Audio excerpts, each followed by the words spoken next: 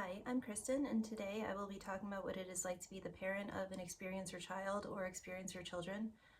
So those would be kids that have had supernatural or paranormal occurrences in their lives.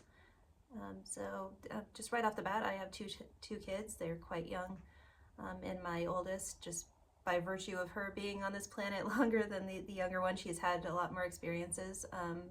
But with my youngest child, I have seen some orbs with him. So we've seen a glowing orange orb outside on our property together. We've seen a small gray tendril covered type of orb together in our home. My daughter has a much more varied variety of experiences that she's had. So she has seen what appears to be human apparitions, spirits within our home. She's seen non-human intelligence within our home. She has occasionally seen these like little types of like bursting sparkle lights, and that's something that I see too. So that's been fun, kind of sharing in the magic of seeing those together. So there's typically a pinpoint of light, or maybe like an inch or two wide at the center, like as a circle orb, and they burst, like pretty much. So you see this light out of your peripheral vision, and then it explodes with like kind of like these little sparks or fractals of light or rays of light going in all directions. It's about like yay high, so maybe 6 to 12 inches in diameter when all of the sparkles come out of it. And so it's been fun kind of seeing it on my own, and I don't really mention it that often anymore just because I see it so often. But hearing my daughter mention, like, Mommy, did you see that? And I'll say, well, what did you see? And she'll tell me, oh, I saw like a white light, and it burst into a bunch of glitter, or it burst into a bunch of sparkles. And we'll kind of compare stories, and she'll tell me, oh, I saw it here, and it was this high up in the air, and it was in this part of the room, and it completely has matched up with exactly what I saw. And so that has been a really fun experience to have with her. And then she has also had telepathic experiences with me. So I can't remember what age she was at when this first happened, but I remember that there was a day that I was thinking some kind of mundane thought. It was nothing important. But I used, like, I guess like an adult word, like a big word, not a mature or inappropriate word or anything like that, but just like a large word that a child wouldn't understand in my mind. And my daughter kind of asked me, like, what was it that you said? I don't understand. And I was like, well, what don't you understand? And she was like, why did you say blah blah blah? And I can't remember what the word was now, but I told her, I was like, well, I didn't say that, I thought that. And she couldn't understand. She was like, no, you said it. And like I knew without a doubt 100% I absolutely wasn't talking to her. I had had a thought using that word. And then there was a few years after that my daughter was sleeping in her own bed in my bedroom because she was still a bit afraid of the dark. She was afraid of some of these things that she had been seeing within the house. And so that particular night I had been sleeping, and I dreamt that I was seeing a bunch of young adult men that were rowing in a boat together. So like a crew team from like a college or a young crew team. And these men, as they were rowing, they were saying rove, rove, instead of using the word row. And so that was strange. But I got woken up by my daughter in her bed saying loudly, like, rove, rove, like a few times. And I thought, like, oh my God, like she completely just read my mind. She heard the words that were being said in my dream, and she was, while she was still completely asleep, able to repeat what that word was. And so at that time when that happened, it was a little bit unnerving, I suppose, because I didn't know how she could do that, and it was like so like on the nose with what she said. But hindsight, I mean, I thought it was like really cool, and today as I'm sitting here, I think that it's really amazing that she was able to do that. As far as her other experiences that she's had so far, a few years ago when she was 6 years old, she kind of just casually mentioned to me what it was like to kind of exist as a soul before she was born. And that was really surprising. Like I could not believe almost anything that she was saying to me, but it was shocking. She did talk about sitting down with Jesus and deciding what her body would look like being made out of clay. And what's interesting is my family, to this point in time, we haven't really read the Bible. We don't know too much about the Bible outside of just the almost like the red letter version of it, and like the actual teachings and words of Jesus himself. But my daughter saying that she was making herself out of clay, or watching herself being made out of clay, it's like I believe that that's like a biblical story that she just has no reference for. It's not something that she has ever heard or had picked up at that point in her life. And she also mentioned that she knew things that would be happening in the future, and she was told that this would be happening once you're alive. And like she was told by Jesus that things are going to get badder, so always be kind. And I had to kind of ask her repeatedly, like better? Did you say things are going to get better? And she was like, no, bad, like badder. Things are going to get badder. So always be kind. And I was like, oh, well, that's a really strange message.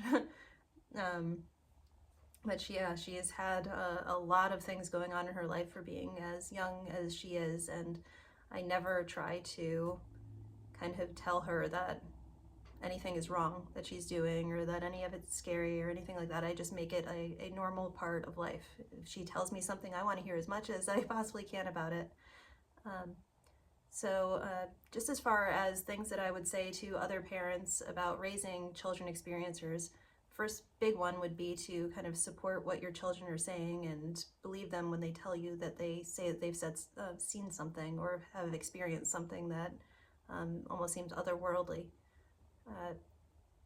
When I was growing up, when I was growing up, my parents, they didn't say that I was doing anything bad or wrong by being so focused on like the paranormal and the supernatural, but they didn't really show much interest in what I was interested in. So if I was reading a particular book, they would say, oh, that's interesting, but they wouldn't ask me about it. If I said that I saw something, they would say like, oh, okay, cool. Like I guess like that type of mentality. They wouldn't say the word cool, but it would just be like a 1 or 2 word response, and then they would go on with their day. They weren't asking me anything. So when one of my kids says that they saw something, I obviously look for the most kind of mundane, logical explanation for what it was that they saw. That's the go-to. So if they say that they saw a shadow, I look into, well, was it a shadow from a pile of clothes? Was it a shadow from just any kind of regular household item that we have in the room? If they saw a moving shadow or a moving light, we look into, well, were there cars driving by at night, and that's what could have caused it, and maybe it projected a shadow onto the wall that started moving as the car went by. But obviously, if one of my kids has seen, like what looked like a person in the house, or something that is just non-human, that can't be explained, I tell my kids, well, I believe that you saw what you saw, and I want to know more. So I'll ask for as many details as I possibly can. I'll ask, like, what colors was it? Like, what were the specific details in the thing that you saw? Like, how did it move? Like, did you see it leave? How did it go away? Did it just like kind of poof away, or did it fade away? Did it walk away? Like what exactly did you see? And I just want to know as much as I possibly can, especially if there's a chance that whatever they saw might be coming back, or just anything. I mean, I'm completely interested in whatever it is that they're going through. And so I would say like that's the biggest piece of advice I would have to any other parents that are kind of in this situation, is believe your kids and really be there to support them. And then the second big piece of advice I would have is to kind of teach your children that there are other bigger support systems in terms of higher intelligence. So you in your household might call it God. You might say source or creator or divine intelligence, or any of these things, but they all kind of boil down to the same thing, which is a higher intelligence that is aware of all of us, that is benevolent, that loves all of us. And I think kids having that type of faith, that there is something that is aware of them and watching out for them, is so incredibly important. So in my household, we don't subscribe to any particular religion, but we do follow the teachings of Jesus. So my kids have faith in Jesus, and they also have faith in God, or essentially the same thing, but God as well. So sometimes I'll hear one of my kids, as they're about to go to sleep, I'll hear them saying like, Jesus or God, please protect me, or Jesus or God, please keep me safe. And then they drift off to sleep. Um, and I think that's really powerful, and um, it gives kids a lot of confidence and support internally when they know that they don't have to turn to mom or dad or to any other kind of authority figures in order to get rid of their fears or alleviate any kind of stress or concerns that they have. The fact that they can kind of go to God and say, please protect me, and please hear me, please know that what I'm going through, and knowing that there is a much bigger intelligence that's listening to them and that cares. I mean, it completely changes the way that a child grows up and the kind of strength, the internal strength that they have within them in order to get through stressful and somewhat scary situations. And it even goes beyond scary situations, you know.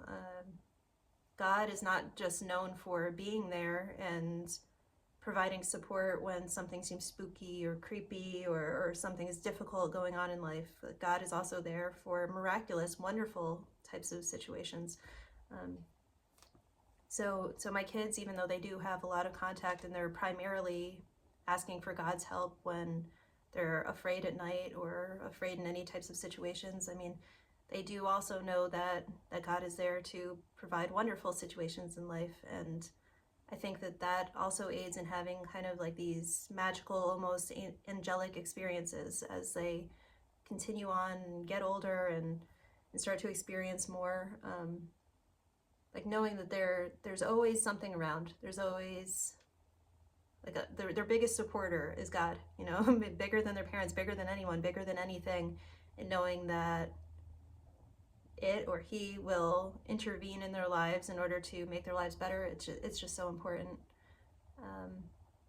And I would also say that it's important as kids get older to kind of have this faith, because at a certain point they won't have mom or dad or both of their parents around anymore to be there to have this kind of support. So if they're away at school and see something, or if they're away with friends, or when they're away even at college, or just like long trips or camp, or any of these types of scenarios just where the parents aren't going to be around but the kids are still relatively young, it's really a good idea for them to have faith and to have something else that they are leaning on and can instantly in their mind go to and feel calm and feel loved and feel supported, and just knowing that that's there for them.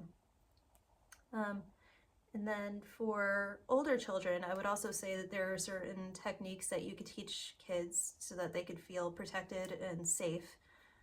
So I don't know if I would really try to teach this to a toddler. It might be a little bit difficult for them to understand the idea of like visualization and just picturing things within the mind if they're really young. But older kids, or even kids that aren't that old, even like 5-6-year-olds and up, should be able to understand this. But I have taught my kids the meditation techniques of being surrounded in golden light, and also breathing in light, breathing out smoke. So with the idea of golden light, I know that this also comes up in the Bible, that like I guess heaven is bathed in gold. But during my own meditations, I was shown that when there is support coming in that's divine and support coming in from God, that it almost appears like rays of golden, like bright morning sunrise sunlight is the best way that I could describe what I've seen. So I tell my kids, if you want to feel extra safe, even after you've prayed and talked to God and talked to me, talk to whoever you want to talk to, if you want to feel extra safe, like just imagine in your mind that you're surrounded and filled with golden light, and that it's kind of emanating out from you, and that it gets so big that it fills the whole room, and it gets so big it fills the entire building that you're in, or the whole house, and so big you can almost see like this big protective golden bubble all the way around your house or your building. And that also kind of plays into the breathing in light, breathing out smoke meditation. So like instruct your kids to just feel like they're breathing in through their nose all of this light, and it kind of goes throughout their whole body from the tip of their head, or the crown of their head, excuse me, to the tip of their toes. And when they breathe out, whether it's through their nose or through their mouth, they're breathing out like kind of a black or a dark gray smoke, or they're breathing out like black or dark gray kind of like liquid, or something that's like goopy or something like that, just whatever your kids are most comfortable with. But and let them know that like the more that they breathe out this kind of black negative type of energy, they breathe in more and more light, and the light can get brighter and more filling and more emanating, I suppose. And you really can feel a difference within your body, within your energy. It changes your mood, it makes you more positive, it makes you more optimistic. And my oldest child, she has seen a difference in kind of how she feels after she has tried this technique. And so just because she's still quite young, she doesn't do it that often, but it is now something that's in her back pocket, where if she feels like I want to feel extra safe, this is something that I can do. And so that, again, I think that's important to teach kids, and to have like certain types of methods that they can go to on top of just kind of looking to faith. These methods that can almost instantly make them feel better if they're feeling afraid. And I guess that is it. So thank you so much for listening today, and I will see you in the next one. Bye-bye.